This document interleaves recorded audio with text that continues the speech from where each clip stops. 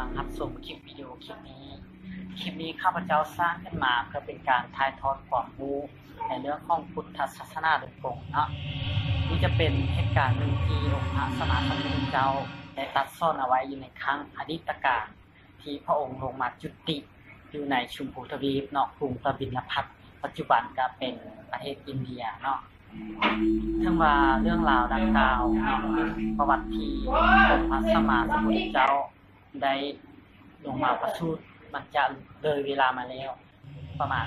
4,500 กว่าปีเนาะแต่ว่าข้าพเจ้าเชื่อว่า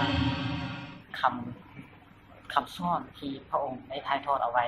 อยู่ในโลกนี้ยังคงเป็นแสงสว่างให้แก่มวลมนุษย์หลายๆคนว่าจะเป็นประเทศใดก็ดีเนาะที่นับถือศาสนาพุทธหรือว่าเป็นพุทธศาสนิกชนทั่วโลกเนาะเรื่องราวที่ข้าพเจ้าจะเล่าต่อไปนี้เป็นกลุ่มคน4ประเภทที่องค์พระสัมมาสัมพุทธเจ้าได้ตัดแบ่งเอาไว้เนาะจะเป็นชนชาติได้ก็ดีชนเผ่าได้ก็ดีพระองค์จะแยกออกเป็น4ประเภทด้วยกันเท่านั้นเนาะประเภทที่1ก็คือกลุ่มคนที่กำเนิดเกิดขึ้นมาในครอบครัวที่ทุกข์ยากลำบากเมื่อเกิดมาแล้วก็อาศัยชีวิตอยู่แบบคนให้ค่าก็คือ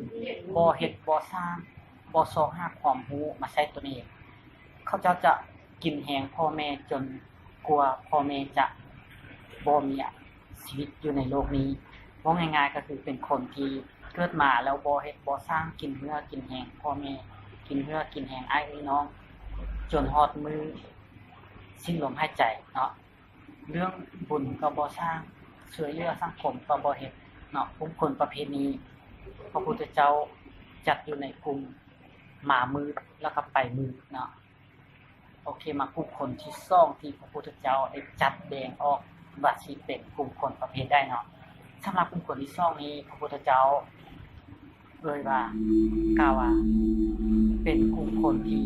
กำเนิดเกิดขึ้นมาในครอบครัวที่หั่งมีเป็นครอบครัวที่มีฐานะพ่อแม่ร่ำรวยแต่ว่าบุคคลนี้กลุ่มคนนี้กำเนิดขึ้นมาแล้วเป็นคนที่บ่แสวงหาพระธรรมเป็นคนที่บ่แสวงหาในการจะสอนเรียนรู้เป็นคนที่บ่มีจิตใจเอื้อเฟื้อเผื่อแผ่เป็นคนที่มีจิตใจคับแคบเหลือเกินเนาะเมื่อกลุ่มคนนี้เกิดมาแล้วเมื่อตายไปแล้วพระพุทธเจ้าจะจัดไปอยู่ในกลุ่มคนที่ว่ามาสว่างไปมืดเนาะโอเคมาเข้ากลุ่มคนที่3กันเลยที่องค์พระสัมมาสัมพุทธเจ้าได้ตัดแบ่งเอาไว้เนาะจำแนกเอาไว้ก็คือเป็นกลุ่มคนที่กำเนิดเกิดขึ้นมาในครอบครัวที่ทุกข์ยากลำบากแต่ว่าเขาเจ้าเป็นคนที่ขยันหมั่นเพียรเนาะเป็นคนที่ใฝ่หาความรู้มาใส่ตัวเองแล้วนำความรู้ที่ตัวเองมีให้ไปช่วยเหลือคนอื่นช่วยเหลือสังคมตามกำลังแห่งที่ตัวเองช่วยได้เนาะแล้วก็เป็นคนที่ว่ามักทำบุญทำทานมักเข้าวัดเข้าวาตักบาตรญาตินำเนาะช่วยเหลือคนที่ด้อยโอกาสกว่าตัวเองกลุ่มคนที่3นี้ก็คือพระพุทธเจ้าจัดอยู่ในกลุ่มคนที่ว่ามามืดแต่ว่าไปสว่างเนาะโอเคนั่นเป็น3กลุ่มคนเนาะมาเข้ากลุ่มคนที่4ก็คือกลุ่มคนสุดท้ายเลยที่ว่าองค์พระสัมมาสัมพุทธเจ้าได้ตัดเอาไว้เนาะกลุ่มคนประเภทที่4ก็คือประเภทสุดท้ายเนาะที่องค์พระสัมมาสัมพุทธเจ้าได้ตัดเอาไว้ก็คือเป็นกลุ่มคนที่กำเนิดขึ้นมา